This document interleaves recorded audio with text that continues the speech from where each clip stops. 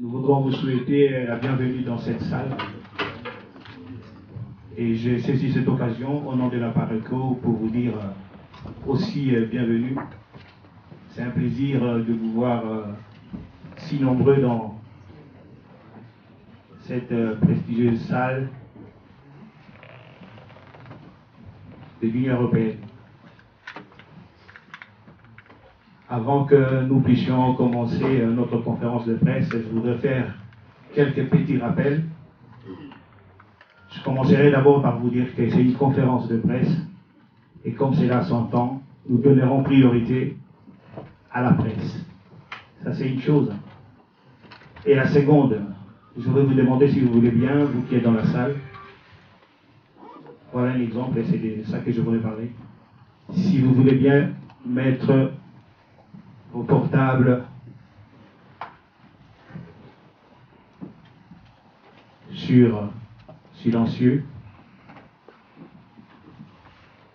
de façon à ce que nous puissions bien nous entendre. Nous avons choisi ces jours pour faire cette conférence de presse et comme vous voyez, nous avons fait venir les hauts cadres de la Pareco. À ma droite, à ma gauche, c'est la directrice de cabinet du président national de la Pareco, Madame Okeke Kandi. À gauche de Madame Okeke, c'est le vice-président national et secrétaire général ad intérim de la Pareco, M. Ndala Wandala. Et à gauche de M. Ndala Wandala, le vice-président national, il y a M. Lomena Paulin, qui est le directeur adjoint du cabinet du président national de la Pareco, en charge des relations internationales.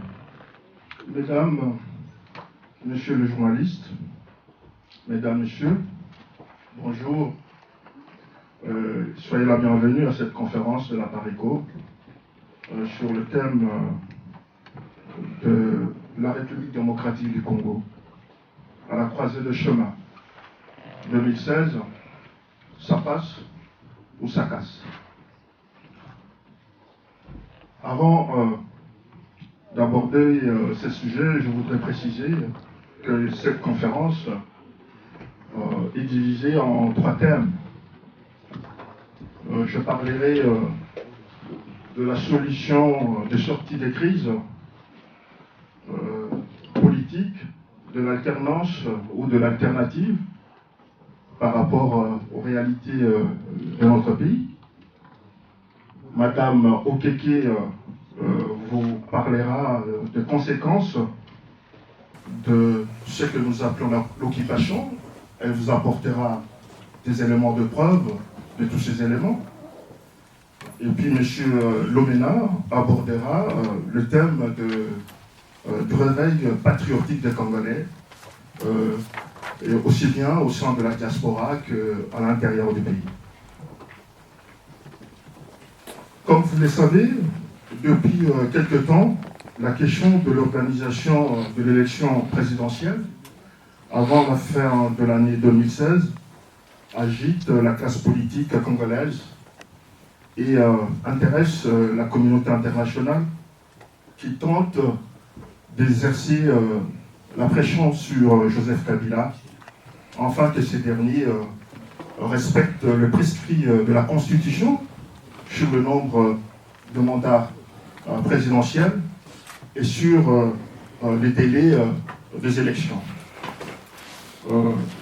Dans les salons UP à Kinshasa, on s'interroge si et là, si effectivement Joseph Kabila respectera ou ne respectera pas l'échéance de son mandat qui se termine au mois de décembre 2016.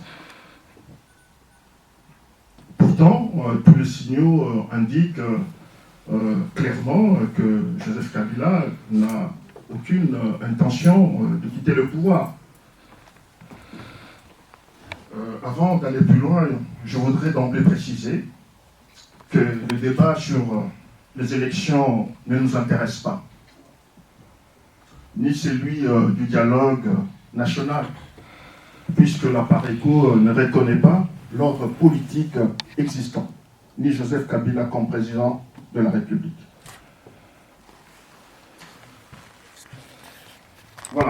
Donc, si on prend ces faits, nous considérons pour nous que tous les débats qui tournent autour de toutes ces questions, d'élection, du dialogue, etc., comme nul et de nul effet. Mais si nous intervenons, c'est pour rappeler et préciser notre conviction et notre vision de la situation politique de notre pays. Nous intervenons puisque nous avons la certitude que notre discours est aujourd'hui accepté par une grande majorité de Congolais. C'est la raison pour laquelle nous avons décidé de faire corps avec le peuple congolais pour que 2016 soit une année décisive, une année de grands bouleversements, une année de bons choix, une année où le peuple congolais ne se laissera plus distraire par de faux débats et de fausses solutions. Nous croyons, en effet, que notre vision est parvenue dans toutes les couches sociales de la société et a atteint un degré suffisant de compréhension chez nos compatriotes. Nous sommes donc convaincus que cette année sera décisive car le peuple congolais est prêt au combat. Ça passera ou ça cassera. Nous sommes ici pour adresser un message à la communauté internationale. Cette fois-ci, rien ne sera imposé au peuple congolais. Aucun schéma extérieur qui ne tienne compte de la volonté du peuple congolais sera accepté. Seul le peuple congolais décidera de son destin, de son avenir. Nous sommes également ici pour dire aux partis politiques traditionnels de l'opposition d'arrêter de faire la politique de l'Autriche, d'arrêter de conduire le peuple congolais vers une impasse, d'arrêter de distraire le peuple congolais par des débats stériles sur le dialogue, la constitution, les fichiers électoraux, etc. Nous sommes enfin ici pour dire que face à la problématique congolaise, il existe qu'une seule solution, celle de la révolution populaire. Notre position découle d'un diagnostic objectif de la situation générale du pays depuis l'agression, la guerre d'agression de 1996, dont la République démocratique du Congo a été victime. En effet, la solution de sortie de crise doit se fonder sur un bon diagnostic de la problématique du Congo. C'est une vérité politique et scientifique. La solution se trouve dans le diagnostic. Une douleur diagnostiquée comme un cancer appelle la solution d'un cancérologue, mais pas celui d'un cardiologue, comme vous le savez. Et c'est le cas de la République démocratique du Congo. Ce pays ressemble à un malade qui est atteint d'un cancer à qui on veut administrer de l'aspirine. C'est pourquoi, plus que jamais, nous demandons au peuple congolais de faire ce bon diagnostic. Un diagnostic profond de la maladie dont souffre la République démocratique du Congo. C'est-à-dire de poser de bonnes questions et de donner de bonnes réponses. La question est donc de savoir de quelle maladie souffre la République démocratique du Congo. Un bref rappel des événements politiques survenus depuis 1996 peuvent nous aider, peuvent nous permettre de comprendre, de décrire la situation qui prévaut en République démocratique du Congo. Et par conséquent, de déterminer une solution. Concernant la guerre de 1996, il faut d'abord se rappeler que Ce n'est plus un secret aujourd'hui.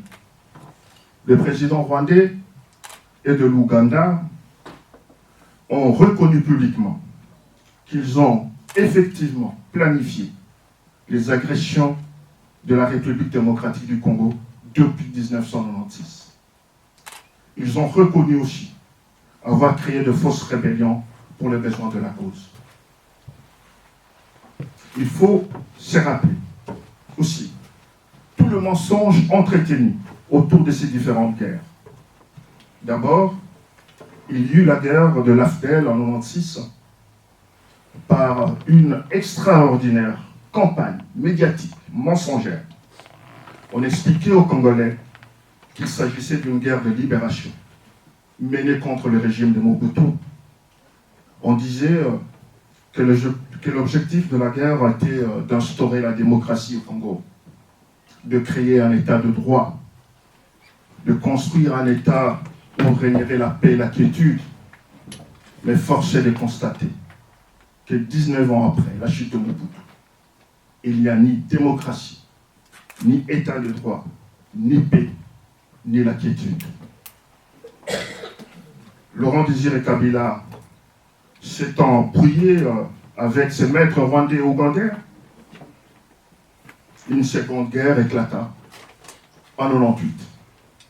Je vous passe les détails, les raisons pour lesquelles Laurent Désiré Kabila avait demandé à ses maîtres rwandais particulièrement de rentrer chez eux. C'est connu de tous, il y a des écrits là-dessus. Voilà, et la guerre éclate en 1998. C'est celle du RCD. Et là, une fois de plus, par une extraordinaire campagne médiatique, mensongère, on explique aux Congolais que c'était une guerre, une révolte des Congolais Banyamulenge. Voilà, ce n'était plus le problème d'instaurer la démocratie, et c'était cette fois-ci une guerre une prétendue guerre des Congolais Banyamulenge qui cherchaient, qui demandaient la reconnaissance de leur nationalité congolaise. Mais ces mensonges ne tiendra pas longtemps, car on a vu en 2000 les armées rwandaises et ougandaises s'affronter en pleine ville de Kisangani pour le contrôle de mines, de diamants et d'or, faisant plus d'1 millier de victimes congolaises. C'était un véritable carnage. À la suite de l'assassinat de Laurent Désiré Kabila en 2001, on voit apparaître un illustre inconnu, un agent de l'armée patriotique rwandaise, un certain commandant Hippo, accéder à la tête du Congo. Voilà un étranger qui arrive en République démocratique du Congo pour la première fois en 1997, sans aucun bagage, sans papier d'identité, ne connaissant ni les langues de ces pays, ni les us et coutumes, ni l'histoire de ces pays, devient président 4 ans après. Bizarrement, cette situation n'étonne pas le responsable politique congolais. Ils sont aux abonnés absents. Beaucoup parmi eux, d'ailleurs, ils s'en foutent. Ils ne sont intéressés que par leur carrière politique. Mais un homme qui connaît bien ce pays, qui connaît le méandre de ce pays, qui connaît ses populations, qui connaît l'histoire de ce pays, va vite comprendre qu'il y a quelque chose qui ne va pas. Va vite comprendre qu'il y a un danger qui se pointe à l'horizon. C'est M. Honoré Ngwanda. Et il va dénoncer cette imposture à la tête du pays. C'est lui qui s'appelle le commandant Hippo. En réalité, il s'appelle Hippolyte Kanambe. Il est rwandais, d'origine avec la nationalité tanzanienne. Il n'est pas congolais parce qu'il n'a pas la nationalité congolaise. Il n'a jamais acquis la nationalité congolaise. Ce monsieur devient président de la République. Et c'est le point de départ du combat de M. Honoré Ngwanda, l'élément déclencheur. Et là, il comprendra, après analyse, après recherche, que le Congo était totalement sous la coupole du Rwandais.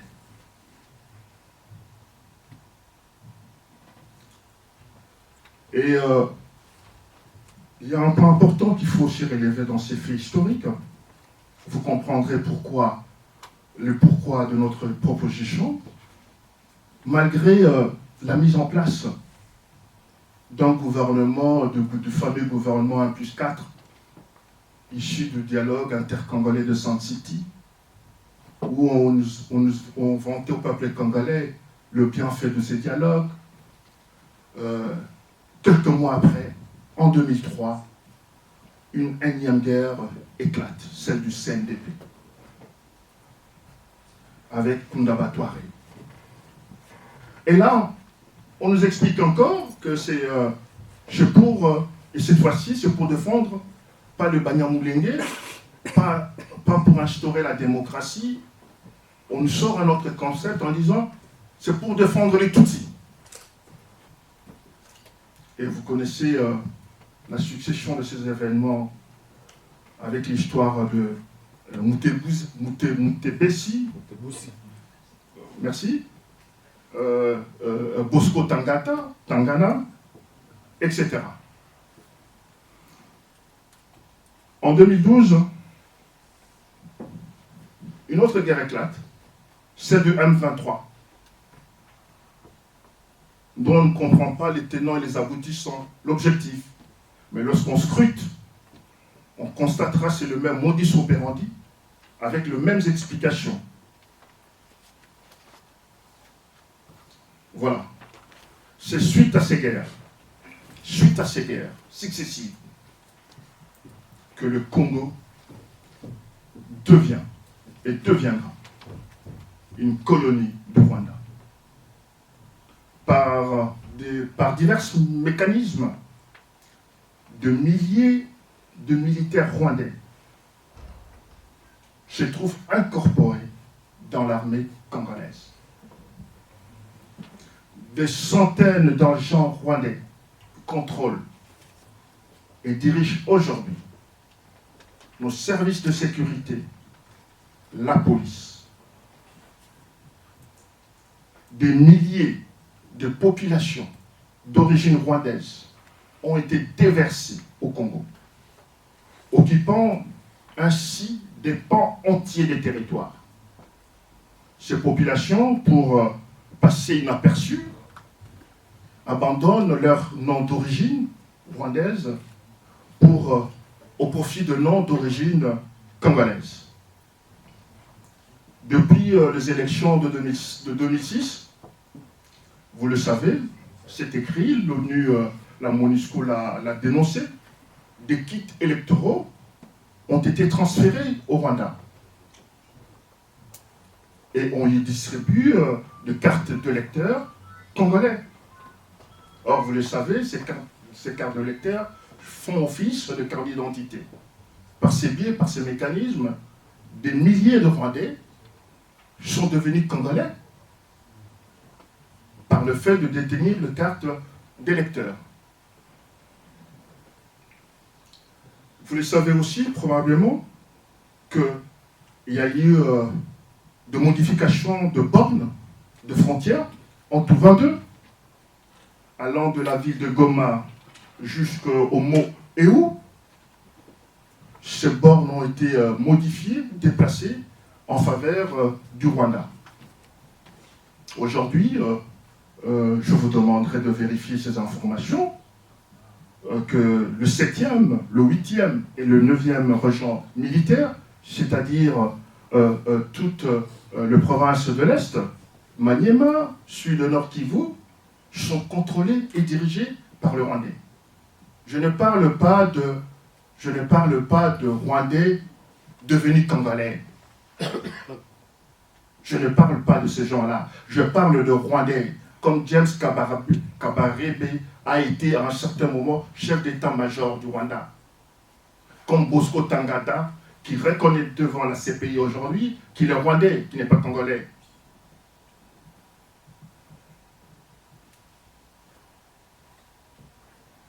Et voilà. Et à Kinshasa, vous le savez, certains le savent, certains ne le savent pas, certains ne veulent pas le voir. Ce sont des agents rwandais, civils et militaires, qui régentent toutes les affaires importantes du pays.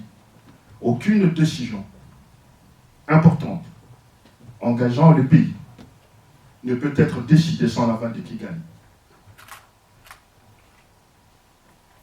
Toutes ces choses participent en réalité d'un plan plus vaste, dont l'objectif final reste, à terme, la balkanisation de parties est du pays au profit du Rwanda et de l'Ouganda.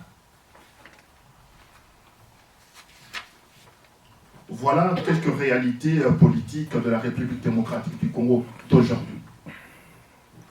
Et face à de tels faits, que devrait faire les Congolais?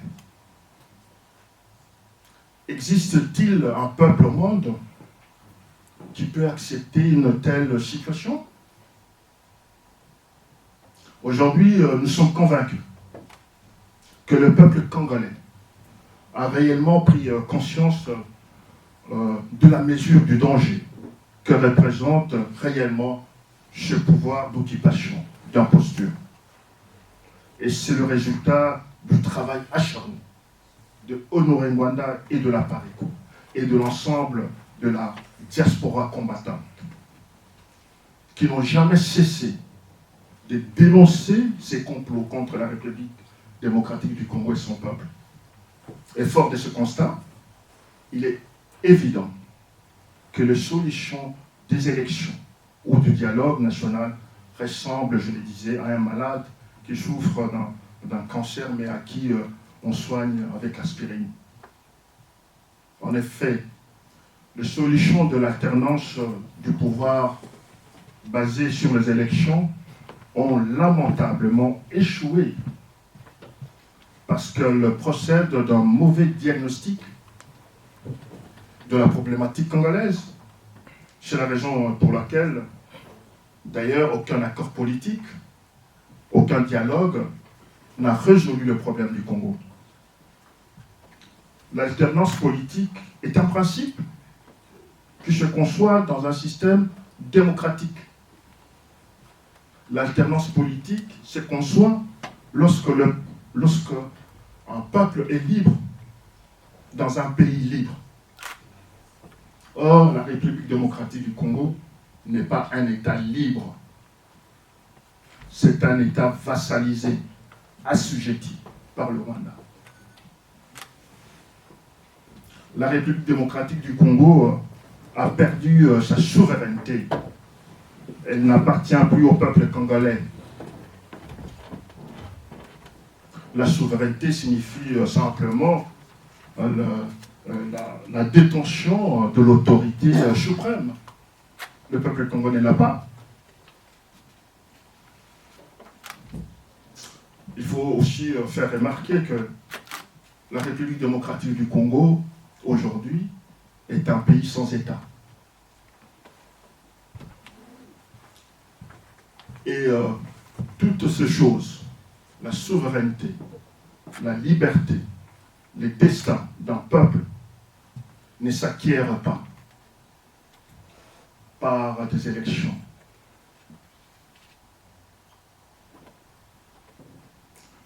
Dans notre pays, d'ailleurs, les élections ont plutôt servi à consolider l'occupation et la domination étrangère. Raison pour laquelle nous demandons à nos compatriotes de ne plus se laisser distraire par de faux débats. Alors, que faut-il faire maintenant? D'abord, je remarque que la cohérence et la pertinence du discours de la Pareco démontrant concrètement les réalités inhérentes de l'occupation a fait mouche au sein des populations congolaises. On l'a observé, d'abord on l'avait observé en 2006, rappelez-vous à l'époque de l'élection de Jean-Pierre Mbemba, enfin de l'élection où Jean-Pierre Mbemba avait participé, avant même les élections.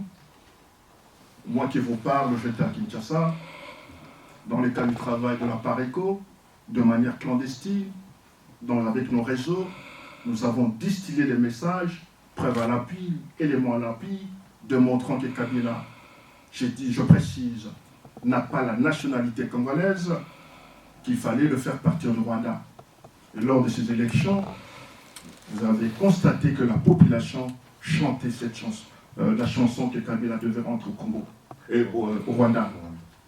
Il en a été de même lors des élections de 2011 sur le travail de la Pareco. Et aujourd'hui, nous sommes confiants que ce discours a pénétré toutes les couches de la société congolaise.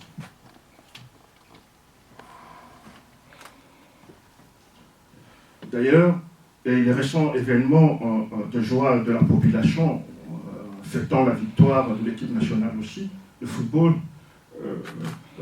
étaient quand même montré comment la population est partie prenante de cette dynamique de l'alternance, parce que le slogan qui est hostile, qui était adressé à Joseph Kabila, prouve à suffisance, d'ailleurs aussi, que nous sommes dans une atmosphère de fin de règne. Vous avez aussi suivi comment le peuple a bravé les menaces du très sinistre général Kanyama, etc., etc.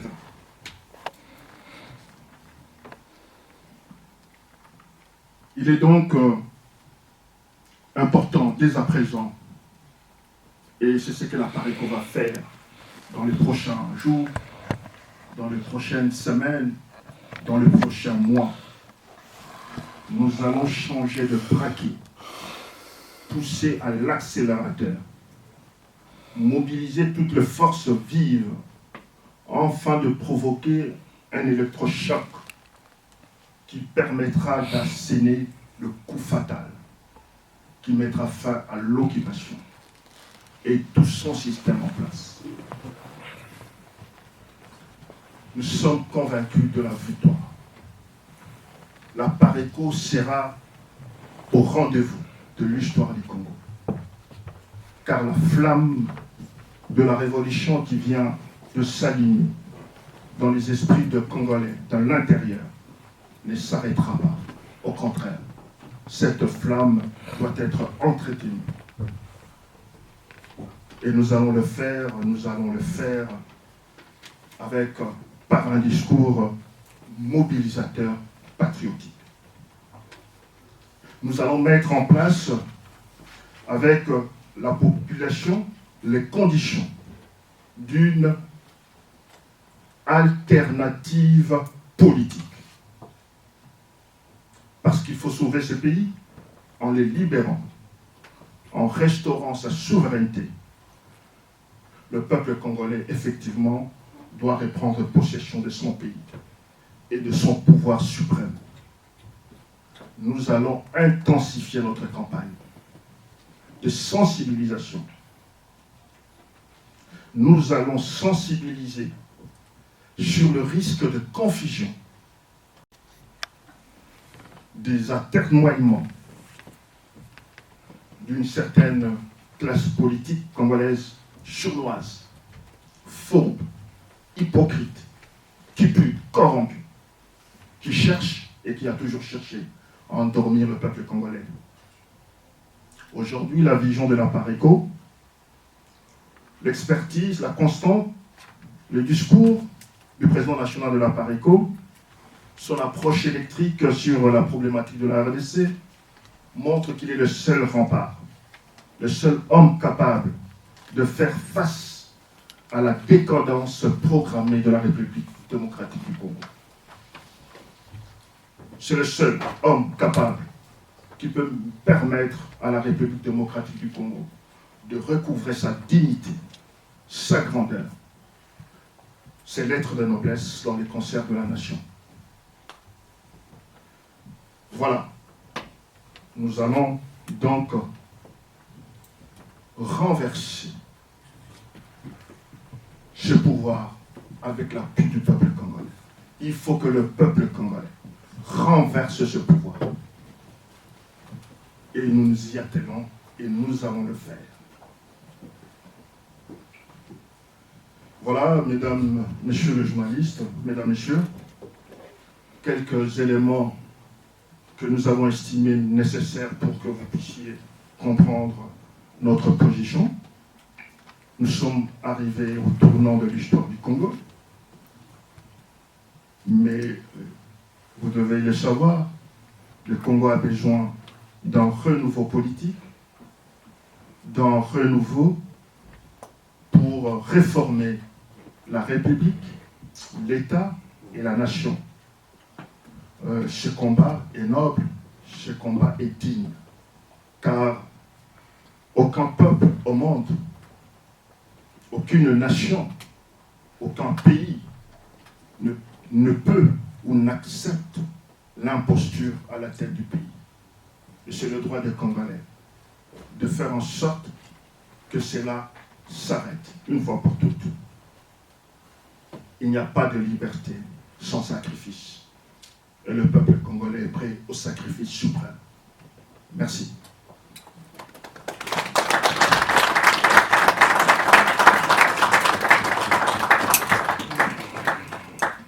Merci beaucoup, Monsieur le Vice-président. Mesdames et Messieurs, après ces développements des faits historiques, nous allons passer maintenant à Madame la directrice du cabinet du président national de la PARECO, Madame Okeke Candide, pour les aspects négatifs de cette occupation. Bonjour à tous. Merci d'avoir répondu à notre invitation. C'est un plaisir.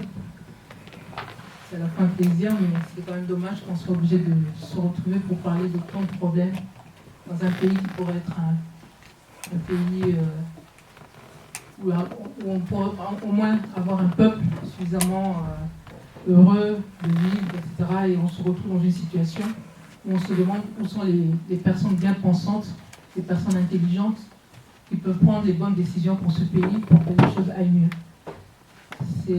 C'est presque... C'est une honte presque pour toutes les personnes qui ont eu à avoir des responsabilités, qu'elles soient congolaises ou des personnes étrangères, qui ont eu à s'occuper de ce pays-là et que ce pays se trouve encore dans cette situation. Il est de l'intérêt de personne que le Congo reste tel qu'il est. Et donc, comme l'a si bien développé le vice-président, il est de notre intérêt à tous de nous poser les bonnes questions pour passer à autre chose dans ce pays. Moi, je vais vous parler essentiellement des preuves de l'occupation, parce que si on regarde justement dans la problématique de la crise congolaise, ce qui caractérise un peu la situation, ce sont des incohérences qu'on peut relever. Et systématiquement, on a du mal à trouver les bonnes réponses. On se dit, mais au bout de 20 ans, des millions de morts, comment se fait-il que ça continue? On entend toujours parler des femmes violées à l'Est, des personnes qui sont massacrées, etc. Ça continue. Pourtant, quand ils sont allés à Sainte-City, on nous avait dit c'était pour avoir la paix. Et pour avoir la paix, on avait dit aux gens, voilà, acceptez qu'il y ait un gouvernement de transition. On nous a parlé du 1+4. On nous a parlé d'un référendum constitutionnel. On nous a fait tout plein de schémas. Les Congolais ont dit oui parce qu'ils espéraient la paix. Parce que de toute manière, tant qu'on n'a pas la paix, il n'y a rien qui va. Mais jusqu'aujourd'hui, on n'a toujours rien eu. Il n'y a qu'à regarder à l'Est. Pourquoi aujourd'hui on se retrouve avec la CENCO qui accepte le dialogue, mais nous avons des religieux à l'Est qui disent qu'ils ne sont pas pour ce dialogue. Eux qui sont en première ligne de toute cette souffrance, ils ont refusé. Pourquoi? Parce qu'il y a d'autres réalités qu'on est en train d'occulter. Et par rapport à ça, Je veux d'abord vous parler des incohérences qui montrent que, effectivement, pour beaucoup de questions qu'on se pose en RDC, les réponses qui nous ont été données jusque-là ne masquent d'autres réalités. Et c'est pour ça, essentiellement, que jusqu'à présent, il n'y a toujours pas cette paix. On commence par l'imposture de Kanambe, celui qui se fait appeler Joseph Kabila. On a eu, au niveau de la presse, et pas des moindres, une personne qui était présentée comme une spécialiste de la RDC, qui, dès les premières heures de l'investiture de Joseph Kabila, enfin celui qui se fait appeler Joseph Kabila, avait relevé que sa mère était Tutsi, Madame Colette Brackman. C'était en janvier 2001. Quelques semaines après, jusqu'aujourd'hui, même quelques années plus tard, il semble que cette dame est devenue amnésique, elle ne se rappelle plus de ce qu'elle avait écrit, dit. Pourquoi? Voilà une incohérence. Pourquoi à ce moment-là, M. Kabila, enfin celui qui se fait appeler Kabila, n'a pas porté plainte pour diffamation? Pourquoi d'ailleurs ne porte-t-il pas plainte pour diffamation contre toutes les personnes qui disent la même chose? En l'occurrence, la personne qui se trouve devant vous, toutes les personnes qui se trouvent devant vous, nous ne faisons que ça. Nous sommes dans des états de droit. En RDC, ce n'est pas un état de droit, mais ici, quand même, quand quelqu'un dit des choses, on peut aller au tribunal et savoir pourquoi ne le font-ils pas. Son parcours est flou.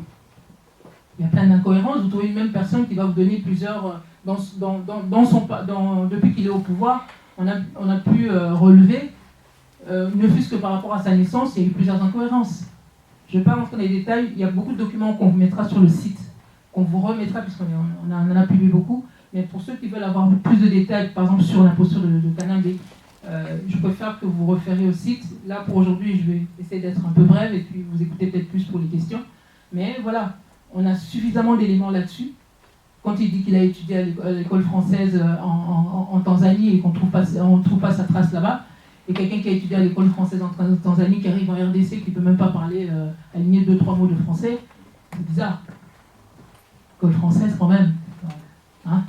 J'ai pas besoin de faire un dessin, je pense que quand même on peut arriver avec un minimum de connaissances en français. Et pire encore, quand on ne trouve même pas votre trace là-bas, il y a des photos de classe, des photos de... Il n'y en a pas pour lui. Voilà. Un ovni qui a atterri en RDC. Et comme par hasard, les personnes qui avaient des infos sur elle sont devenues amnésiques. Sauf quelques patriotes, comme M. Honoré Ngwanga, comme l'a relevé le vice-président tout à l'heure, qui, par rapport à ses fonctions, avait quand même des traces qui pouvaient lui donner des explications sur qui est réellement cette personne. Comme par hasard, pendant toutes ces premières années, aujourd'hui on arrive un peu à franchir un peu les barrières des médias. Mais pendant des années, c'est comme si M. Honoré Ngwanga a été censuré. On a préféré faire allusion au fait qu'il était moboutiste, mais autour de celui qui se fait appeler Kabila, il y a plus de moboutistes que dans la Pareco. Alors, on est un bon moboutiste quand on est à côté de Kanambe, et on est un mauvais moboutiste quand on s'y oppose. Voilà encore une incohérence. Aujourd'hui, on vous parle de la RDC comme un pays, tout le monde le sait. On parle de scandale géologique. C'est l'un des pays qui a le potentiel le plus riche de la planète. Comment se fait-il que ce peuple est aussi pauvre? Aujourd'hui, le gouvernement se vante, il parle d'un taux de croissance. Ils en sont fiers de leur taux de croissance. 7, 8%, je ne sais pas, selon les jours, ils changent un peu les chiffres, mais bon, voilà. C'est des taux de croissance qui pourraient faire pâlir d'autres pays. Mais où va cet argent? L'occupation, c'est d'abord le pillage du pays. L'occupation, elle repose sur l'imposture, parce que celui qui s'est fait appeler Joseph Kabila, il est là pour pouvoir permettre que cette occupation perdure. Il est là, avec ses origines rwandaises, pour permettre de préserver les intérêts du Rwanda et de l'Ouganda et des lobbies qui sont derrière. C'est là où on trouve la cohérence, une certaine cohérence de ce qui se passe réellement chez nous. Quand vous regardez du côté congolais, il n'y a pas de cohérence. Comment se fait-il que ce monsieur qui se dit congolais privilégie les intérêts du Rwanda? Parce que la réalité, elle est là. Parce que si ce n'était pas le cas, comment se fait-il que quand il est arrivé au pouvoir, l'une des premières choses qu'il a faites, ça a été de retirer la plainte que celui dont il dit qu'il était le fils, Laurent Désiré Kabila, la plainte qu'il avait introduite contre le Rwanda. Dans les premiers jours où il est arrivé au pouvoir, cette plainte elle a disparu. Celle contre l'Ouganda est restée, elle a abouti, mais bien entendu, comme par hasard, tout ce que l'Ouganda aurait dû payer aux Congolais en préjudice, on n'a jamais rien vu, évidemment. Puisque celui qui est à la tête du pays n'est pas là pour les intérêts des Congolais, il est là pour les intérêts de ceux qui l'ont mis au pouvoir, à savoir l'Ouganda, le Rwanda essentiellement, et tous les lobbies qui sont derrière. C'est là où on trouve de la cohérence, quand on regarde les choses du côté rwandais. On nous a parlé, dans ce que le vice-président vous a rappelé tout à l'heure, le début de la crise. Vous avez parlé du problème des Banyamulenge. Bizarre. En RDC, toutes les ethnies, quand vous prenez les Baluba, ils parlent Chiluba. Vous prenez, moi je suis Tété là, on parle Tété là. Vous allez aller chez les Mongo, ils parlent Kimongo. Mais les Banyamulenge, le Kimulenge, ça n'existe pas. Comme par hasard, c'est la seule ethnie de la RDC, soi-disant, qui est censée parler le Kimulenge. Mais c'est quoi le Mulenge? C'est la montagne où on a vu quand les Rwandais, les réfugiés rwandais s'entretuaient et quand ils ont été déversés chez nous, etc. C'est la montagne où on leur avait dit d'aller s'installer. Hein, le coin où il s'est dit, quand on dit Banyamulenge, ce sont ceux qui habitent la montagne de Mulenge. Mais autour de tous les autres, les Bashi, les Bafulero et tout ça, ce sont ceux qui parlent le Kifulero, le Chi, etc. Comme par hasard, la seule ethnie, soi-disant, qui est censée parler le Kimulenge, mais ça ne colle pas. Si vous prenez la carte ethnographique, nous sommes en Belgique, ça tombe bien, la carte ethnographique établie par les colons belges, il n'y a pas de Tutsi, il n'y a pas de Hutu sur ces cartes-là. Pourquoi? C'est eux qui ont... Ils ont répertorié toutes les ethnies de la RDC. Comment se fait-il que ces ethnies-là n'étaient pas chez nous? Et on les appelle les Banyarwanda. C'est ceux qui parlent le Kinyarwanda et qui vivent au Rwanda. Qui ne vivent pas en RDC. Parce qu'en RDC, quand on dit, comme je vous disais, Baluba, Batetela, Bamongo, etc., c'est en rapport avec la langue, le dialecte parlé, c'est pas en rapport avec le lieu, etc. Mine de rien, les colons belges avaient quand même bien fait les choses. C'est comme ça que quand un voleur arrive chez vous, quand il ne connaît pas les us et coutumes du coin, il va vous sortir des choses et puis il va se rendre compte que, on s'est peut-être un petit peu trompé, on s'est mis un petit peu à nu. Alors du coup, on ne parle plus des Banyamulenge et tout de suite on revient sur les Tutsis. Alors dites-moi, quelqu'un qui veut revendiquer quelque chose qui lui appartient. Oui, c'est ma terre, j'étais là depuis, etc. Pourquoi a-t-il besoin de mentir? Si vous allez au tribunal aujourd'hui pour réclamer quelque chose qui vous appartient, aurez-vous besoin de mentir sur les faits? Non. Vous dites la vérité, j'ai acheté cet appartement ou cette terre à tel moment, j'ai hérité ça de mes parents, etc. Vous n'avez pas besoin de mentir. Pourquoi tous ces stratagèmes pour arriver à quoi?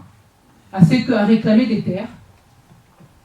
Et non seulement on réclame les terres, mais en plus, on nous fait croire qu'on est en danger. Tiens donc, les Banyamulenge seraient en danger à l'est de la RDC. À tel point qu'il y a des mouvements qui ont été créés pour les protéger. CNDP, RCD Goma, M23. Moi j'appelle ça des mouvements terroristes. Pourquoi? Parce que réellement, aujourd'hui, les chiffres changent. Hein, les véritables chiffres ne sont peut-être pas encore réellement connus, mais il s'agit de millions de morts à l'est de la RDC.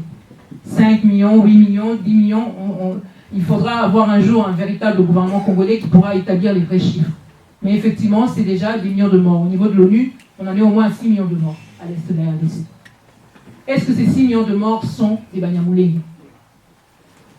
S'ils étaient des Banyamulenge et donc ceux qui parlent Kinyarwanda, etc., vous savez combien il y a de populations rwandaises à l'est ou au Rwanda? Une dizaine de millions. Si aujourd'hui on en était, parce que nous on considère au niveau de la Pareco qu'il y a au moins 8 millions de morts. Vous imaginez s'il y avait 8 millions on va dire des rwandophones qui mourraient à l'est, combien resterait-il réellement de Rwandais ou de... La réalité est que ce ne sont pas les Banyamulenge qui sont en danger à l'est de la RDC. Ceux qui sont en danger à l'est de la RDC, ce sont bien les autochtones congolais. qu'on est en train d'exterminer parce qu'on est en train de vider nos terres des populations congolaises. Aujourd'hui, le Congolais est devenu un peuple menacé, une espèce menacée. Il suffit d'être Congolais pour être en danger. Et particulièrement à l'Est. On nous a inventé des nouveaux termes pour parler de cette extermination, le fémicide, qui consiste à exterminer essentiellement les femmes, parce qu'elles portent la vie.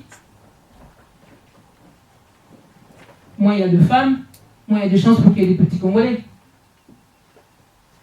Et de quelle manière sont exterminées ces femmes? Une aberration. Comment se fait-il que le monde voit ça et le monde se tait? Voilà encore une autre incohérence. Il y a des pays, il suffit qu'une seule femme soit touchée, et c'est toute la population qui se lève, c'est tout le gouvernement. Enfin voilà, on fait. Il n'y a qu'à voir par exemple le cas de Mme Ingrid de Bettencourt, elle était séquestrée. Vous avez vu la mobilisation qu'il y a eu au niveau international pour une femme. C'est une bonne chose. Et pour toutes ces femmes. Comment se fait-il que tout d'un coup, quand c'est une femme congolaise qui souffre, c'est comme si ça avait moins de sens? Je sais pas. Peut-être qu'il faut avoir la peau blanche pour qu'on reconnaisse que vous souffrez réellement. Ou alors il y a autre chose encore. Il y a les complicités. Il y a une presse qui est un peu complaisante. Parce que la presse, contrairement à ce qu'on croit souvent, elle peut avoir un visage d'indépendance, mais en réalité, il y a souvent des lobbies derrière ces groupes de presse. Comment se fait-il aujourd'hui que la Pareco ne peut pas passer plus souvent dans les médias? Dieu merci. Nous avons trouvé d'autres moyens pour nous faire entendre, et aujourd'hui, il y a quand même des portes qui s'ouvrent. Parce que la force de la vérité, c'est ça. Vous pouvez faire ce que vous voulez, mais en plus avec Internet, alors là, vraiment, que Dieu bénisse Internet. Parce qu'il y a des gens qui ont eu des problèmes au niveau, qui ont eu des situations d'occupation, comme dans ce pays. Ils n'avaient pas Internet. C'était certainement plus dur, mais je pense qu'ils étaient aussi très courageux. Ils ont pu en arriver à bout. Mais aujourd'hui, c'est vrai que grâce à ça, les gens peuvent quand même s'informer, et ça a été une aubaine pour nous, pour les gens comme nous, des résistants congolais, par rapport à cette situation. Et c'est ce qui permet effectivement qu'au fur et à mesure, même si la presse, même si on entend comme ça des grands groupes ou des institutions véhiculer, quand on les entend véhiculer des contre-vérités, les gens commencent à se rendre compte petit à petit, quand même, il y a quelque chose qui ne colle pas. Depuis le temps qu'on nous dit que les femmes sont exterminées à l'est de la RDC, comment se fait-il qu'au bout de 20 ans, ça continue? Il y a quelque chose qui ne colle pas. Et oui, il y a quelque chose qui ne colle pas. Parce qu'il y a des complicités. Parce qu'il y en a qui sont derrière.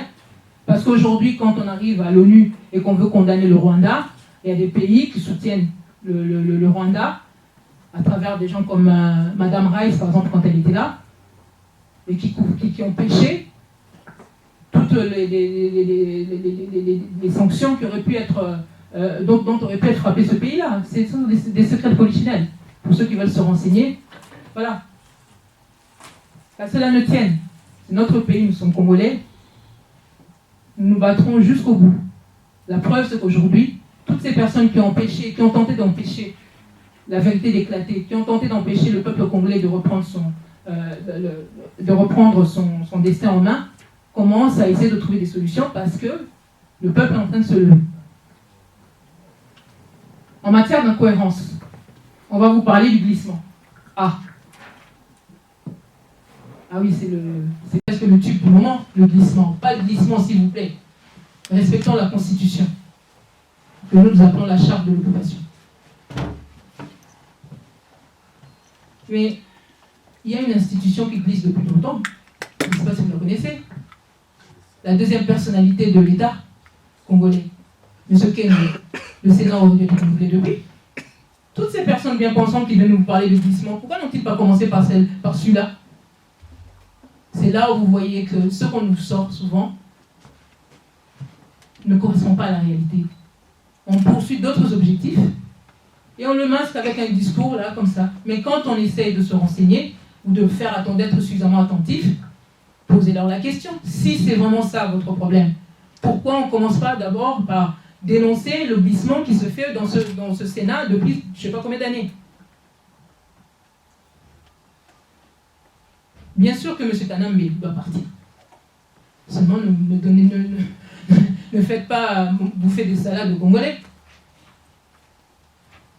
Parce que de toute manière, pour régler un problème, il faut se baser sur la vérité.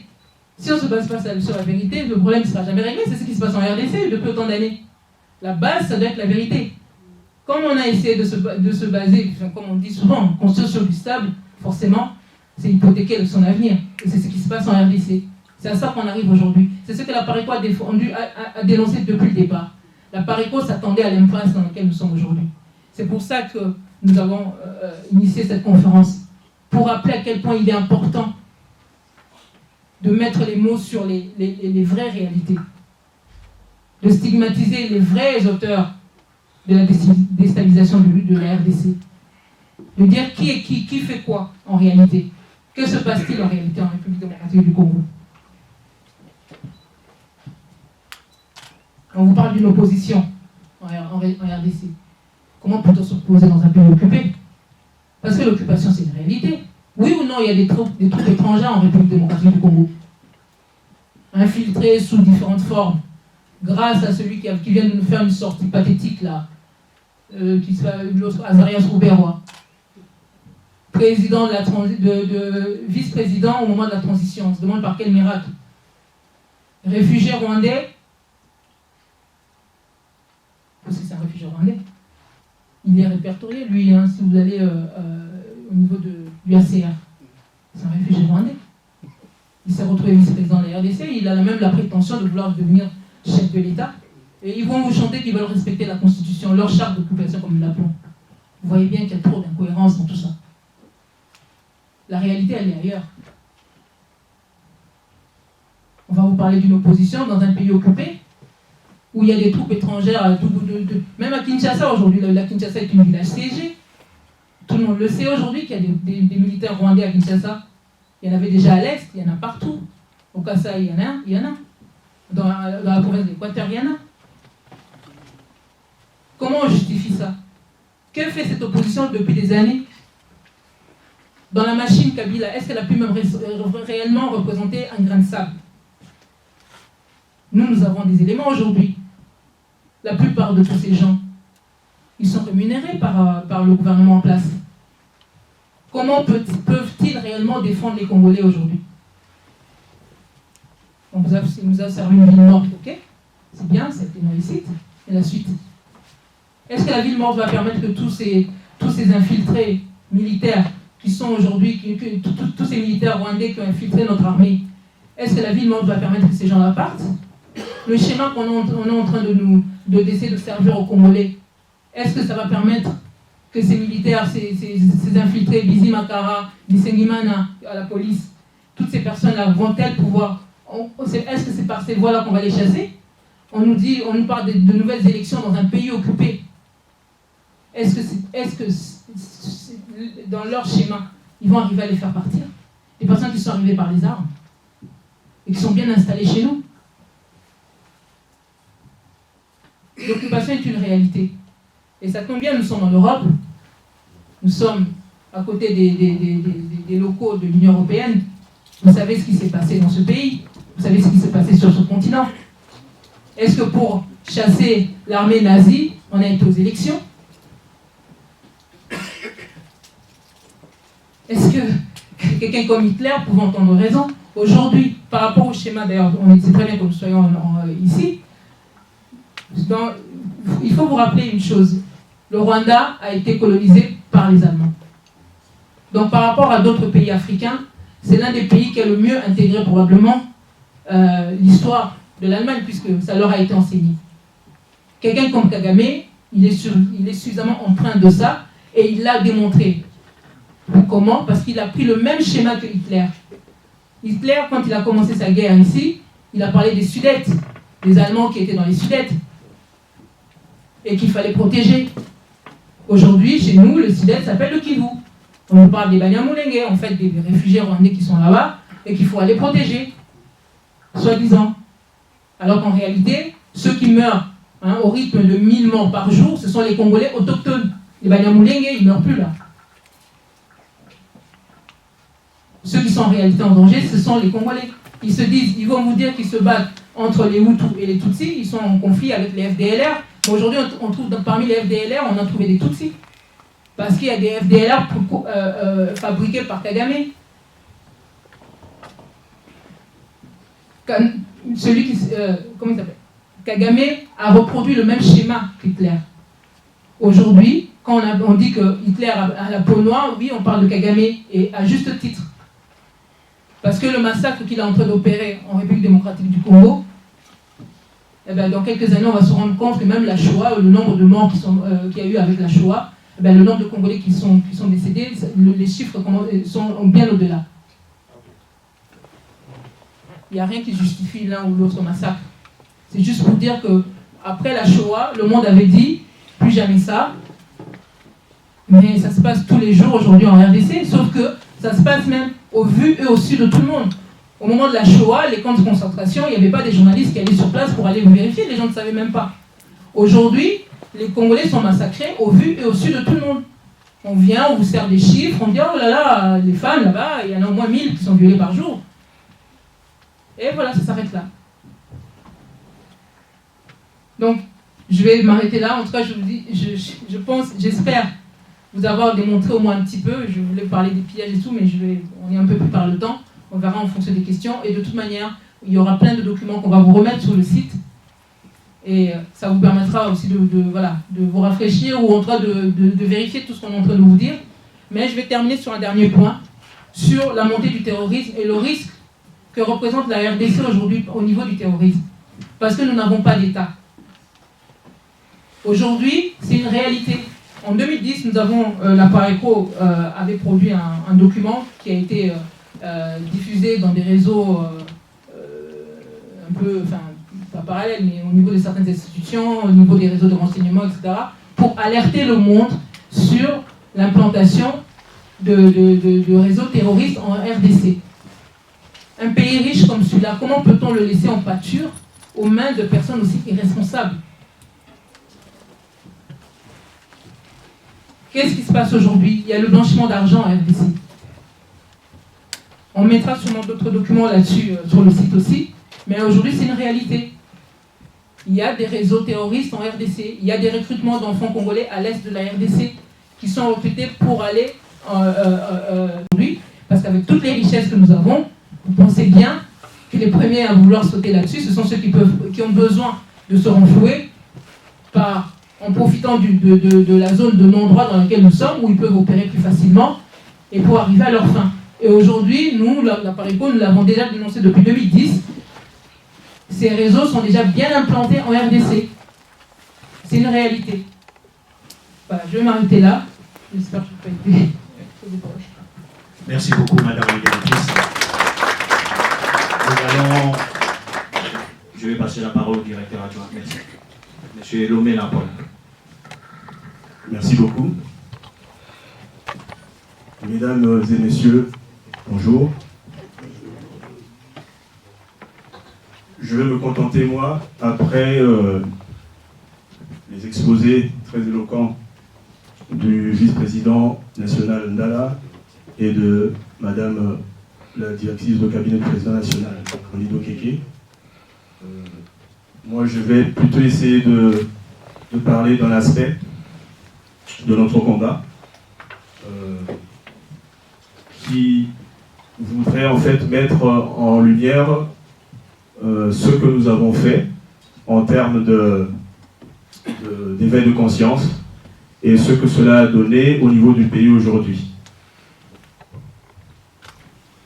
Il ne sera pas intéressant, il ne sera pas vraiment nécessaire, vous conviendrez avec moi, je l'espère, de nous attarder sur cet éveil au niveau de la diaspora. C'est un fait indéniable aujourd'hui que les Congolais de la diaspora ont saisi la vraie mesure de la situation d'occupation de leur pays. Et cela a été par contre un peu plus laborieux, plus difficile, plus lent à le faire au niveau de l'intérieur. Et c'est cet aspect-là que je vais essayer peut-être d'épingler.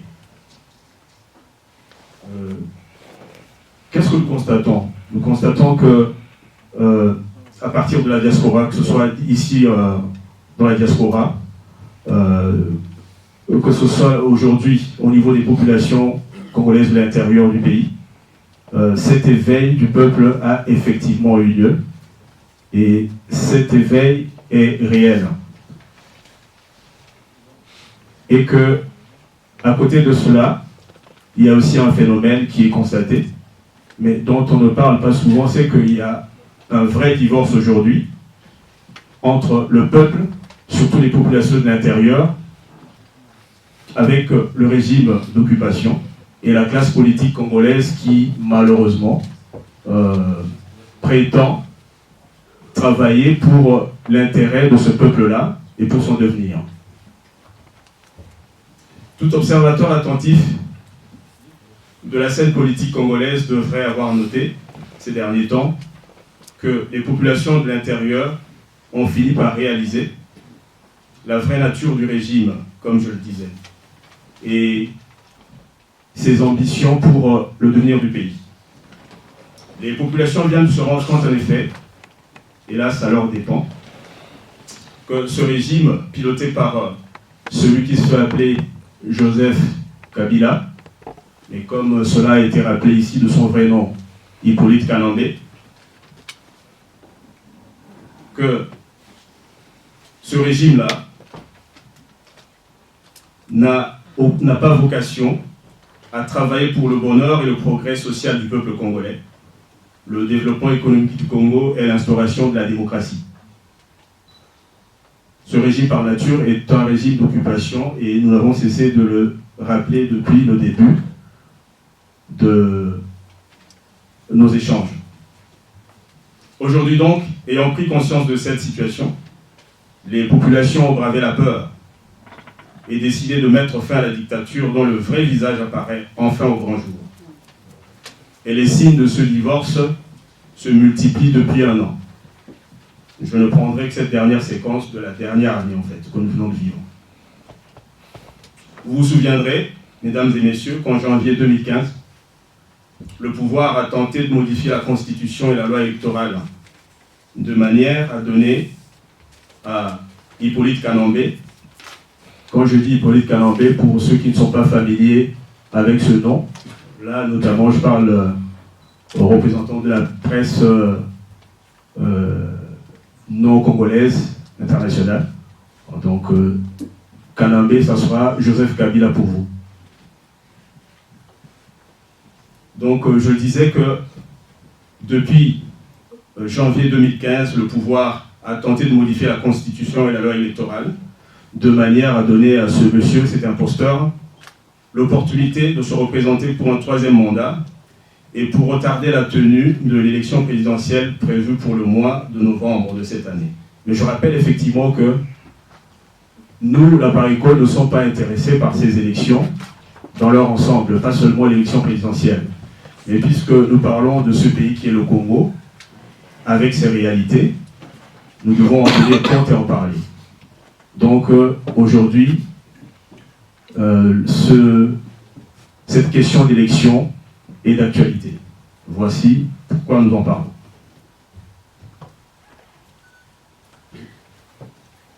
Le peuple, dans un mouvement spontané, s'est levé comme un seul homme dans les provinces de la RDC, là je reviens toujours en janvier 2015, pour mettre fin à ses ambitions funestes.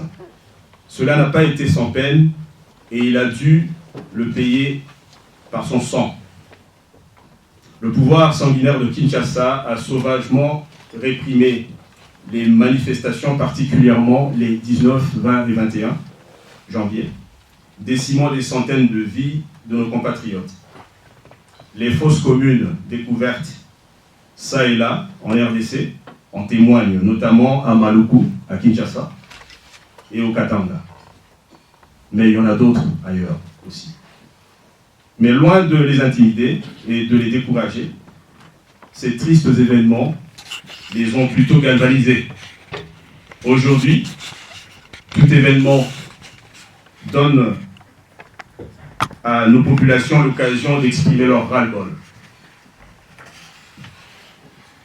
Ainsi, au cours des derniers mois, les revendications sont devenues plus précises. À titre d'exemple, récemment, au cours d'une émission télévisée mettant face à face un sénateur du pouvoir, en l'occurrence M. Léonard Sheokitundu, pour ne pas le citer, et un parterre d'étudiants à Kinshasa. Ces derniers ont dit sans détour tout le mal qu'ils pensaient du régime d'Hippolyte Kanambe. Et M. n'a pipé mot parce que c'était des réalités qui lui étaient dites en face. Et il en était conscient.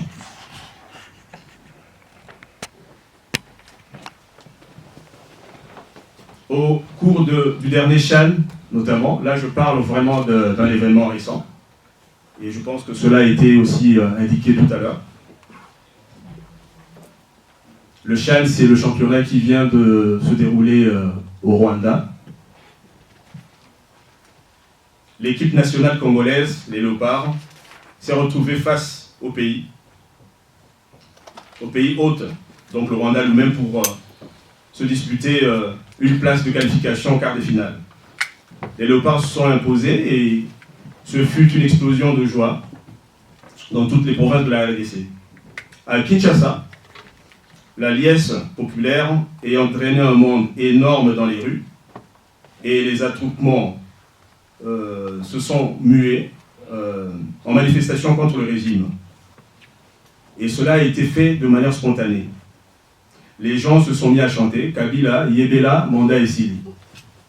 Et je vais le traduire pour ceux qui ne parlent pas lingala. Ça peut littéralement se traduire par Kabila, sachez-le, votre mandat prend fin. Quelques jours plus tard, les mêmes Léopards réalisent un autre exploit, plus grand celui-là, de remporter la finale et la coupe qui va avec, face au Mali. C'est l'euphorie partout en RDC. À Kinshasa, les foules se préparent à accueillir les héros qui arrivent. Mais quelle déception! Les joueurs et le staff sont quasiment exfiltrés de l'aéroport et conduits à vive allure, escortés par des véhicules anti-émeute jusqu'à un hôtel en centre-ville, où ils sont reçus par des officiels, des gens du pouvoir, privant les populations de ce moment de partage, de communion avec leurs idoles.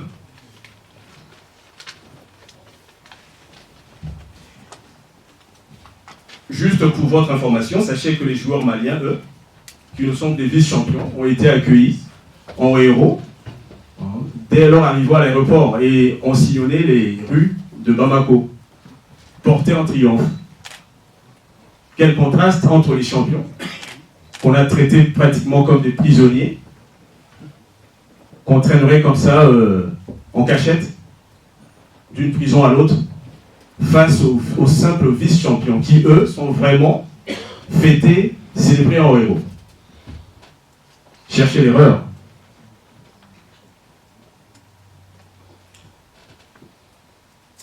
Et la raison qui a été évoquée, c'est quoi? C'était pour la sécurité des athlètes. Mais ils ne sont pas en insécurité. Parce que ces joueurs-là, que nous le sachions, sont issus justement de ces populations, des gens ordinaires, des Congolais lambda. Certains d'ailleurs auraient pu finir chégués ou autres s'ils n'avaient pas eu ce talent et qui les a sortis en fait du lot. Alors c'est des personnes qui sont en parfaite communion avec ces populations. Prétendre que c'était pour leur sécurité ne tient pas la route. Donc la raison est ailleurs. Tout simplement, le pouvoir avait peur de ces attroupements-là, qui donnent maintenant l'occasion aux populations à chaque fois que cela leur est donné, de scander justement ces messages de rappel, ces slogans, pour lui dire, écoutez, nous avons tout compris, l'heure de la fin est arrivée, n'osez surtout pas prétendre à un troisième mandat comme vous le rêvez. C'était tout simplement ça la raison, et la vraie raison. Donc, voilà ce que je tenais à dire sur cette question-là. Le temps commence à presser, je pense que tout a été couvert par les précédents intervenants. Le seul point que je voudrais peut-être indiquer, c'est ce que nous, la Parico, avons constaté par rapport aux médias. C'est que le peuple sait que le pouvoir de Kinshasa est d'essence étrangère et il veut chasser cette imposture. non pas par des élections, mais par un mouvement dans un soulèvement populaire. Le discours de la PARECO est donc bel et bien arrivé au sein des populations de l'intérieur de la RDC. On ne peut pas le nier aujourd'hui. Mais le constat, comme je le disais, c'est que nous, la PARECO, voyons que la presse, et en particulier les médias occidentaux, ne parlent pas de ce combat-là du peuple, qui veut s'assumer.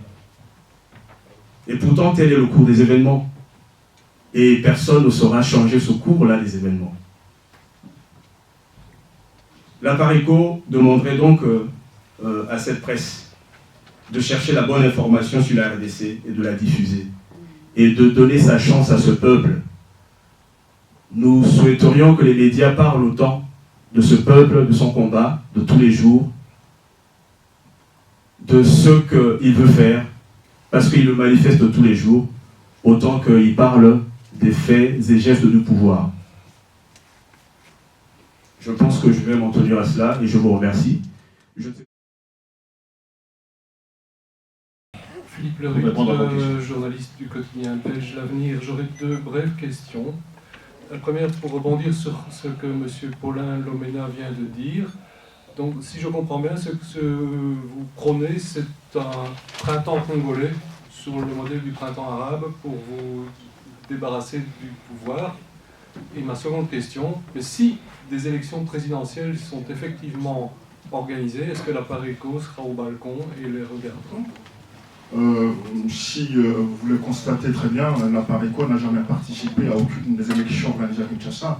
Comme je le disais tout à l'heure, nous ne reconnaissons pas ce pouvoir. Et par voie de conséquent, la constitution actuelle nous est inopposable. Nous ne participerons pas à ces mascarades, parce qu'en réalité, comme je le disais aussi, ces élections visent un seul but, c'est la consolidation de l'occupation. Et cette fois-ci, nous nous mettrons en ordre de bataille utile pour faire obstacle à qui que ce soit qui participera, qui tentera de participer à ces élections. Voilà, donc pour le dire de manière simple, ces élections pour nous ça ne concernait pas. Voilà. Pour la première question, c'est aussi une question importante, mais vous l'avez si bien dit. C'est ce que nous ne cessons de le dire, nous n'avons cessé de le dire, et c'est ce que nous allons faire dans les prochains, dans les heures, dans les mois à venir. C'est l'expression, c'est la volonté de notre peuple. Je voudrais, à ce sujet, rappeler un certain nombre d'éléments, historiques d'ailleurs, pour comprendre quelle est la volonté réelle du peuple. Vous vous souviendrez en 2006 que l'Union européenne avait même envoyé au Congo une force militaire forte. Vous vous souviendrez qu'à l'époque, le ministre des Affaires étrangères, Louis Michel, avait même empêché les Congolais de faire un débat sur les véritables questions qui se posent au Congo. Notamment les débats sur la nationalité de Kabila. Vous vous souviendrez que lors de ces élections, la résidence de Jean-Pierre Mbemba avait été bombardée alors qu'il s'y tenait une réunion avec le membre de la CIAT, parmi lesquels il y avait un Américain. Vous avez vu les Américains réagir, l'Union européenne réagir? Voilà. Il est question du destin du Congo. Il est question de l'avenir des Congolais. Il est question de la liberté. Il est question de la souveraineté du Congo. Nous allons reprendre notre pays. Nous devons reprendre notre pays. Le peuple congolais doit reprendre son pays. Et il n'y a qu'une seule voie, l'insurrection populaire. J'ai pris dans info en ligne des Congolais de Belgique que la PARECO n'est pas pour le processus électoral actuel, mais pour une révolution en 2016. Parce que vous l'avez dit, ça passe ou ça casse. Si vous prenez le pouvoir, ma première question est celle-ci. si vous prenez le pouvoir via la révolution, après combien de temps comptez-vous organiser les élections pour que le pays soit dirigé par des élus? Ma deuxième question, que ferez-vous de l'actuelle classe politique dont vous ne dites pas beaucoup de bien? Merci. Et ce pouvoir que le peuple prendra, le confiera à la Pareco, à son leader, pour que nous refondons ce pays, comme je le disais, pour que ce pays soit mis sur les rails, il faut le refonder. Qu'est-ce qu'on fera de la classe politique actuelle? Non, mais on ne fera rien de la classe politique actuelle. Notre combat est dialectique, notre combat est politique, notre combat est celui de l'éveil patriotique, notre combat est celui de la prise de conscience, notre combat est celui de la responsabilité des uns et des autres. Il faut aimer ces pays. Nous partageons depuis 50 ans. Cette classe politique sera déclassée d'elle-même, elle va se déclasser d'elle-même. Quelle justification elle pourra donner à ce peuple? Vous savez, le peuple a le bon sens. Le peuple comprend. Aujourd'hui, le peuple congolais a atteint une maturité politique. Plus rien ne sera comme avant. Ça, j'en suis convaincu. Nous en sommes convaincus au sein de la Pareco. La République, demain, sera la plus boucle de tous, mais avec un sens de responsabilité, avec un sens de discipline et de sanctions. Celui qui a fauté, il sera sanctionné. Les sanctions peuvent être disciplinaires, les sanctions peuvent être judiciaires, les sanctions peuvent être aussi politiques. Le peuple a la capacité de mettre à mort, de collabos, de complices, des traîtres. Nous n'avons pas besoin, nous, la Pareco, d'indexer les gens. Nous tenons un discours responsable. Mais qu'est-ce que nous ferons dès la prise de pouvoir pour envisager éventuellement les élections, etc. Nous le ferons de commun accord avec l'ensemble de Congolais, avec la population. J'ai noté une petite évolution dans les concepts. Je pense qu'on a souvent parlé de soulèvement populaire et M. Ndala nous parle de révolution populaire. Est-ce qu'il y a une différence entre ces deux concepts? Parce que moi j'entends par soulèvement quelque chose de brusque, de brutal, et une révolution, ça peut prendre beaucoup de temps. Est-ce que vous faites une différence entre ces deux concepts? Vous avez aussi posé une question importante. Qu'est-ce que nous allons faire maintenant? Je n'ai pas beaucoup entendu de réponse à votre propre question. Vous avez parlé de changement de braquet. Ceux qui connaissent le Tour de France savent que pour aller vite avec un vélo, il faut aussi beaucoup de puissance. Est-ce que vous êtes en train de nous dire que courant 2016, la Pareco, on va le voir sur le terrain, avec énormément de puissance?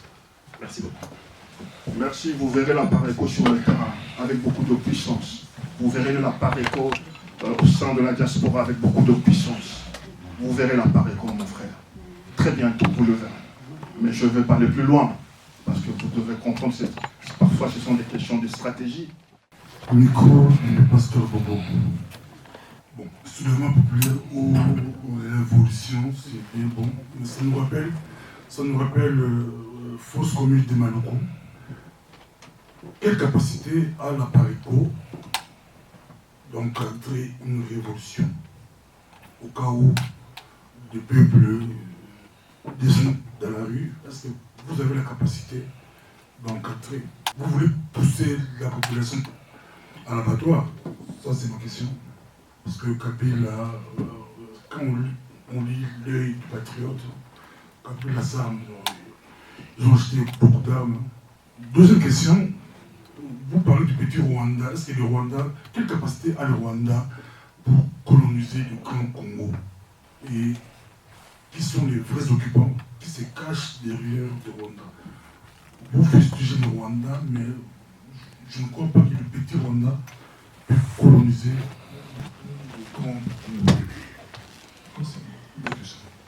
Mais, monsieur Bobo, vous permettrez que je vous fasse cette remarque. Parfois, moi, je suis toujours surpris par les questions des Congolais. C'est comme si les Congolais faisaient une distinction, s'ils ne se sentaient pas concernés, que ce n'était pas leur pays, et c'était, voilà. À moins, peut-être, je n'en sais rien, peut-être que c'est depuis votre pays. Là, je serais d'accord avec vous. Si c'est votre pays, je suis toujours surpris par la nature des questions, et surtout vous, quand vous posez vos questions, ça me surprend. Vous parlez de... Je commence par la dernière question. Le petit Rwanda, est-ce que le petit Rwanda a la capacité de... Mais nous avons suffisamment, notre président national a suffisamment, par des écrits, des interviews, expliqué les tenants et les aboutissants de la crise congolaise. Il n'y a pas que lui. Il y a bien d'autres personnes, aussi bien africains que européens, qui ont écrit sur le Congo. Il y a aussi des documents de l'ONU, des agences de l'ONU sur le Congo. Et vous savez très bien que le Rwanda, le petit Rwanda, n'a pas à lui seul la capacité de s'imposer au Congo. Si le Rwanda le fait, c'est parce que, la première de responsabilité, c'est les Congolais, c'est vous. Vous êtes des complices, vous êtes des collabos. Pour un bien matériel, vous êtes prêts à vendre père, mère et enfant. Aucun sens de responsabilité.